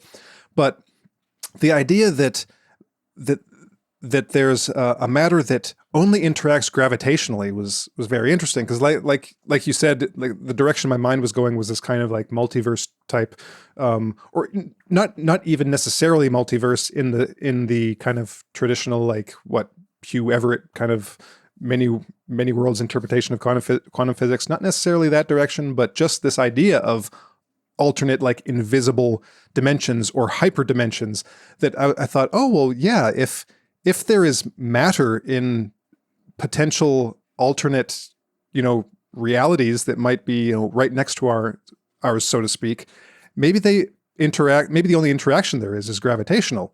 That would be interesting. It would be like there's this kind of like electromagnetic curtain between these realities, where it's like you might be able to detect a gravitational anomaly. Again, another outlier, another anomaly, like a microgravitational anomaly or something, or a bigger one, and maybe that's something that's going on in a totally different dimension. And then what you say, there's this one quote. I'm not sure if it's specifically in reference to ball lightning, but ball lightning can be where we go with this, because ball lightning just kind of forms, right? And it's kind of mysterious. Mainstream science doesn't really know what to do with it. They know it exists. They know that, they've got some ideas, but, they wouldn't really go the cold fusion LENR route just about yet, I don't think. But let me just read this bit from one of the last chapters in the book. You write, okay, no matter which version of the multiverse you adhere to, the implications are that there might be invisible realities all around us that exist separately from ours, but not entirely. So that's basically summarizing what you said in the last answer you gave. And perhaps this is where cryptids exist, in a parallel reality that interacts with ours from time to time. And coherent matter is the bridge that allows them to travel between parallel worlds. At least this is one possibility. So I thought that was one of the coolest quotes, because it's like ball lightning and orbs. Maybe all of these orb-like lights are the same thing. Maybe they are ball lightning, and maybe ball lightning is just a little bit more mysterious than people who talk about it would give it credit for. And so, like, what's happening there? You've got this electromagnetic phenomenon that happens for some reason that creates this ball lightning. Now, what is that ball lightning? Well, then you see that then there are numerous accounts, and John Keel wrote about this a lot in the 70s. He was of the opinion that at various times that UFOs were just the light, because you have the light, and then it forms into something. Like he thought that it was just a light, and that kind of put people in a hypnotic trance, and they kind of like half hallucinated the UFO, which there might be something to that, but it might also be that was the form or the bridge that it used to like enter into on the other side of our half of the electromagnetic curtain, and then using that coherent matter, it's like have some kind of control over it to then be able to say, okay, now construct this form, construct this body, like use this this primal matter, this primal electromagnetic matter that's in this ball, to then take this form, and it can take the shape of a UFO, depending on what's going on. It can take the shape of a biological life form, and that maybe that is one of the kind of reasons why it's so weird. Well, this kind of gets into another topic, is that I think that part of the reason for the denial is that the phenomena themselves, the intelligence behind it, to some extent, purposefully makes itself as absurd as possible to provoke the exact responses that we're talking about, to the point where it's like, okay, so I'm gonna show up as like this Bigfoot in a tutu, right? No one is gonna believe this guy, and he's going to this is gonna throw him for a loop. He's he's not gonna have a good time with this because he knows what he saw. He can't tell anybody about it. If he's forced to tell somebody about it, if he just feels the compulsion to tell somebody about it, they're gonna think he's crazy. He might lose his job. There's this there might be this kind of tricksterish element to the intelligence that utilizes this. But anyways, that's a whole other discussion. What I wanted to focus on was this ball lightning as the bridge or the window itself to this other reality that then kind of can be used as the primal raw matter to construct, something that we would then see, that we can interact with electromagnetically. No, very well said. Yeah, that is true. And it's John Keel was someone I did read the Mothman prophecies as a teenager. Might have been Me the too. only Years later, though. It wasn't like I was consumed by this sort of genre, but I did come across, and as a teenager, Mothman, you'd just be fascinated, especially growing up on the East Coast, thinking this is just down the road and Point Pleasant, right? Mm-hmm. The ball lightning, it is the key to this, because ball lightning, from what we know, is one genre of coherent matter. And coherent matter has this characteristics like you're pointing out. Some people call it prima materia. It's like this primal material that can create anything. And I think Newton was talking about this too. I always used to criticize Newton because, we know he worked on his laws of motion, gravity. But then people say, well, he was also an alchemist, right? And he used his ideas to try to prove that the Earth was created in 6006 BC or something like this, just the way the Bible said, that he was a religious fundamentalist. So you could kind of use these things to kind of criticize him and point out that science has this dual nature. But it turns out that Newton was right. There is a type of alchemical process that can come out of coherent matter. And all you need for that coherent matter is coherency. The particles, rather than being like we see around us, all with unique temperatures and frequencies, being the metals that they are, to do the things that they do, they all sort of give their individuality up as if they're in some sort of communist collective, and all march to the tune of the exact drummer, not to their own drummer. Like we've been brought up in the US, but they're all the same, by subtracting energy out of the system. There are a lot of ways to create coherent matter. The way it works in ball lightning is there just has to be this huge gradient of energy, whether it's from lightning or even tectonic pressure can create ball lightning. It can be created in the lab, as Tesla did, using a pulse discharge device, pulse discharge generator, to slam the electrons into one another through a wire, more than the wire could take, and they just have to bunch together. When they bunch together in a small space, they naturally become coherent. As we mentioned before, the inverse beta decay relative neutrinos also creates monochromatic cold neutrinos, the material for coherent matter. So it's basically just imagining like a flock of birds. In the Lockheed Martin patent, they said the classical analogy would be murmurations of birds. You ever seen birds that look like one flock? You don't see any individuality. They're all kind of like in a wave pattern, or schools of fish. That's essentially the analogy for coherent matter, is when you get matter to operate like that. It can get this coherency. It was actually discovered down the road here at NIST, National Institute for Standards and Technology, in their University of Colorado branch. It's called Bose-Einstein condensate. Satyendra Bose wrote to Einstein in the 1920s, said, your ideas about quantum, photoelectric effect, and quantum mechanics suggest that when you cool matter to near absolute zero, the particles should act like one wave. They lose their individuality. Einstein said, hey, you're right. But they couldn't prove it back then. They didn't have the equipment. But here, at NIST, they were able to, I think, rubidium atoms, cool them to near absolute zero. And they become like a wave. But the big news is, and other scientists have known this for a long time, you don't need absolute zero to create coherent matter. And that's exactly what Lockheed's telling us in their patent. Coherent matter wave beams. Look it up. on any of those programs that show you patterns online. And if you read through that, they say, we can create lasers with ordinary particles. We can do it with fermionic particles that normally don't adhere, like electrons. We can create things, they don't call it this, not lasers, but basers. Bosonic coherent matter. Laser stands for, was it light amplified stimulated emissions? Before lasers were what? Masers. Lasers came out of masers are with microwaves. You can create coherent microwave radiation. Where do you see this?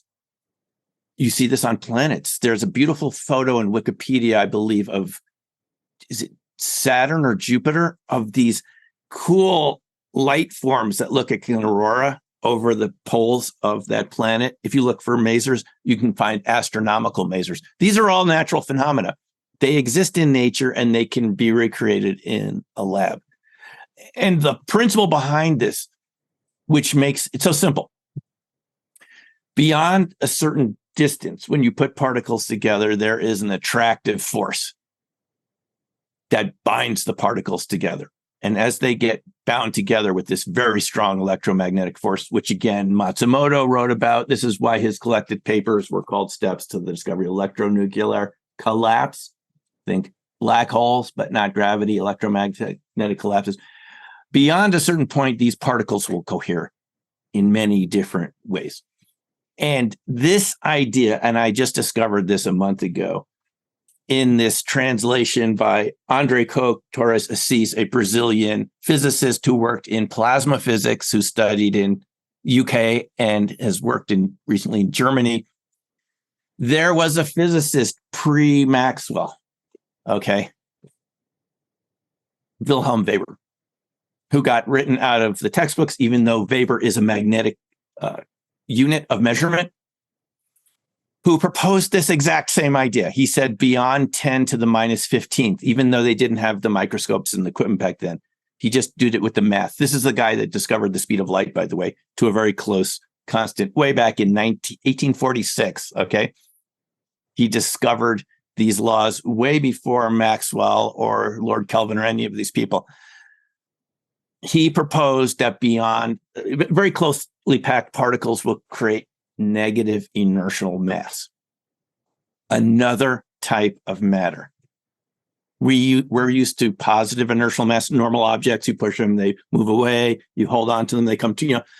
This is the exact opposite. And if you look up negative inertial mass, you find things like Alcubierre warp drives, strange types of matter, exotic physics, and all of these things we've been talking about during this show. And someone discovered it in 1846 using Newton's second law of motion. He just applied Newton's laws of motion, but what happens if it gets very close and you have these constants in there because there's a numerator and a denominator? All of a sudden you get these hugely attractive forces, which is exactly what Matsumoto is saying in his writings, that this is the basis of cold fusion. Ken Shoulders, Hal Puthoff's colleague for a time, works at SRI. He might have even had something to do with the remote viewing program, but I couldn't see that directly. He said beyond 10 to the minus 10th meters, power minus 10th, you get these strongly attractive forces. And other people working in this area of condensed matter physics have said the same thing, is you get other states of matter when the particles are really close together. And all you and I were taught about in high school was repulsion of like charges, right? Like charges repulse, opposite charges attract. Not true. Going back to 1846, Weber, who worked with Gauss, we're all familiar with Friedrich Gauss. Gauss and Weber worked together and invented with these ideas the telegraph. The freaking telegraph, Gauss and Weber. But guess what? There was a competition between the UK and the continent over scientific patents. There was always this competition between Britain and the continent, right? The people who invented the telegraph in Britain, or is it called the UK then, wanted the patents, and they didn't want Gauss and Weber getting the patents, who had discovered the telegraph 25 years before. And they literally did everything they could to write them out of the history books. And we lost this attractive force, which leads to what we now call superconductivity. It's just amazing that someone thought of this over 170 years ago.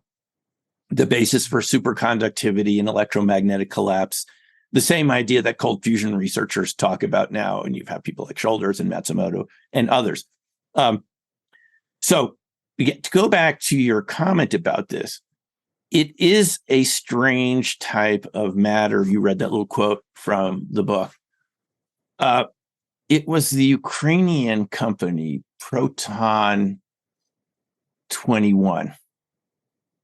In their, I believe it's Adamenko and Vysotsky, two researchers from Kyiv, which we now hear about all the time due to the conflict there that's going on. They said that they had discovered a type of matter, and I'm just going back to your comments about it, that could absorb other types of matter completely. They didn't even know what they invented. This type of condensed matter, we're talking when you get particles for whatever way, through pressure, through some sort of a palladium lattice where you can confine the hydrogen atoms. I mean, any sort of system that confines these particles in a small box, as it's called, will create this type of coherent matter. And Adamenko and Vysotsky in this interview they did, which you can find it from the Wayback Machine, describe a type of matter which seems very like some of these UFO encounters with US and Soviet aircraft, where they would absorb the shells, like a type of matter that could just absorb anything. They said they didn't know what to call this, but it's like they invented a micro black hole. And don't worry, it's not like it's going to take over the universe. It has a very small event horizon, evaporates. That could absorb other types of matter completely is exactly what Shoulders talked about here working in the US. And what happens to Proton 21 Labs? It's bought by the Department of Energy and classified. It's moved to Oak Ridge National. First, it's moved to Fermi Labs in Illinois and then ends up in Oak Ridge. They move 100 employees from Ukraine. This is before the conflict with Russia that's going on right now. They move this company out of Ukraine and they buy it and take the website offline and classify it. And it's this type of condensed, collapsed matter that can absorb any other type of matter, generate ball lightning, orbs. So I think we can see where this is going on. And again, we're starting to speculate here, but I think given our discussion about UFOs in Congress over the past week or two and so forth, and what we talked about at the beginning of the show, and this is why it's so important, seems like the best scientific ideas, not only have they been suppressed for 170 years because of patent wars, because even people like Kelvin had egos and they wanted to be the one to invent the telegraph, that our own Department of Energy, the ones that are supporting Leah Broussard to do these research into parallel realities at Oak Ridge, where they're testing neutron decay rates and things like this, we haven't heard from her in a while either, for some strange reason, since the new scientist started. We're waiting for the experiment. Here it is. Years are going by. We haven't heard. They literally buy a company doing cold fusion research who says they discovered Proton 21 Labs had something like 10,000 successful cold fusion experiments in a row. 10,000 successful, something like thousands of man hours of successful sustained cold fusion reactors where more energy is coming out than you're pumping into the equipment to make it work. For years, they've got this working. If this is all junk science and pathological science and a hoax, why are they bought by the Department of Energy and taken offline? And you can only find this interview with Adamenko and Vysotsky on the Wayback Machine, where they talk about discovering another type of matter. So it's not, Simeon here saying Bigfoot is another type of matter, and I'm pulling that out of nowhere. I'm talking about the best credible lab scientists we have. They're talking about creating another matter. And I'm just saying, well, this is probably what we're dealing with Sasquatch and Dogman and all these other cryptids that seem to be able to shapeshift and disappear and absorb matter and so forth. It's probably the same stuff that all these people are talking about.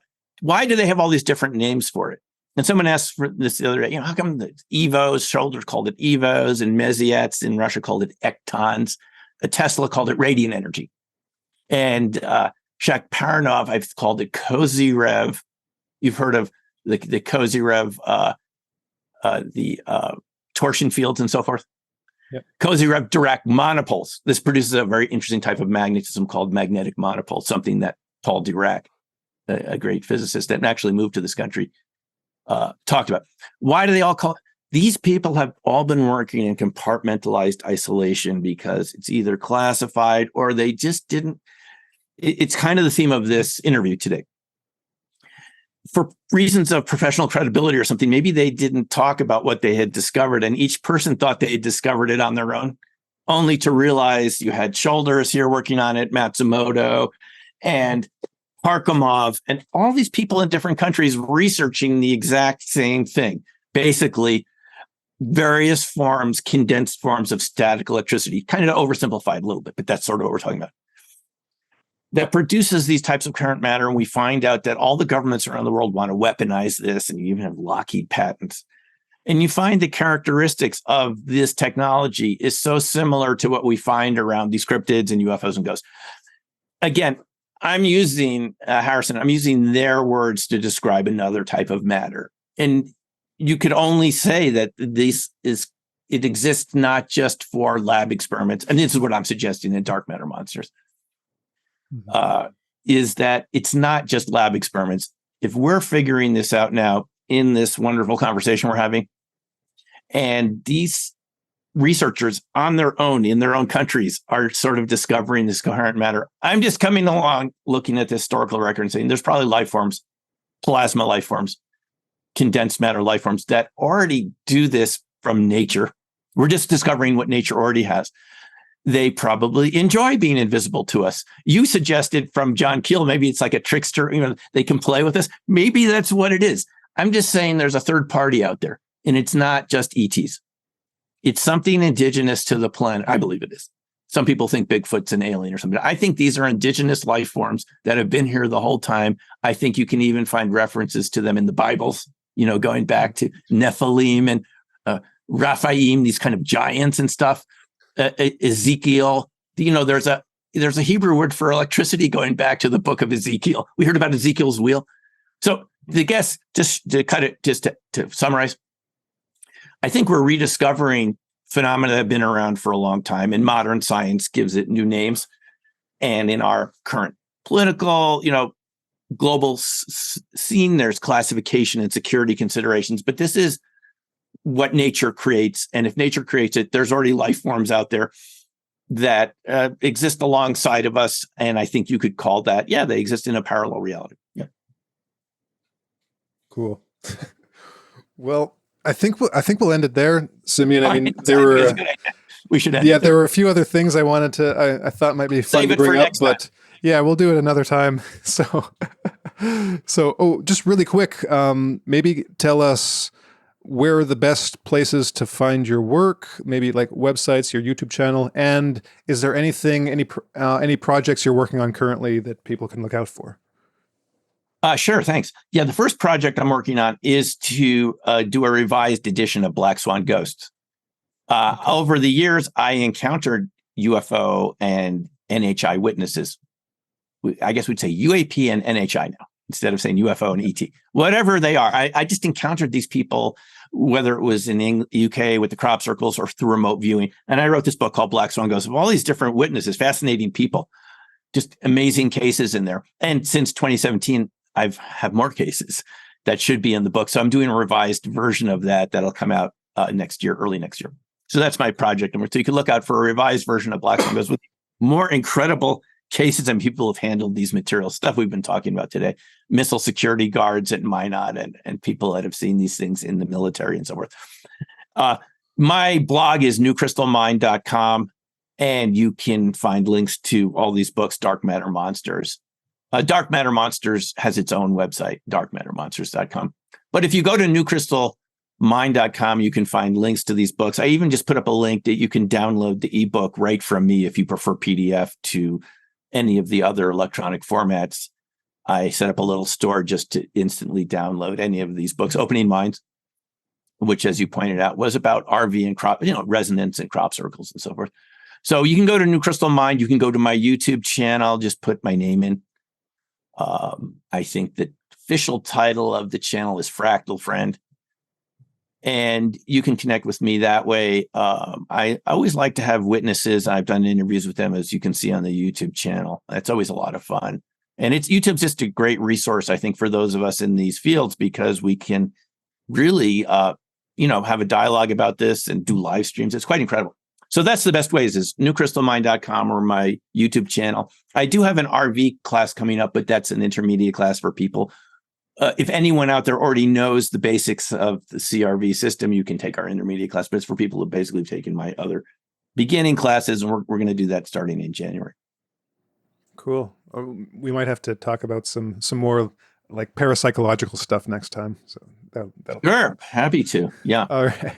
All right. Well, thank you so much, Dr. Simeon Hein, Thank you. author of Dark Matter, Monsters, Opening Minds, and others. So check him out. Watch his YouTube videos. I've got queued up the latest one you did with Stan Gordon, so I'll be watching that one next. But Yeah, that was a good one, boy. Yeah, no. Stan, tell the story.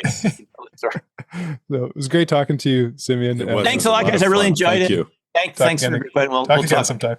Okay. Bye. All right. Take care. Take care. Bye.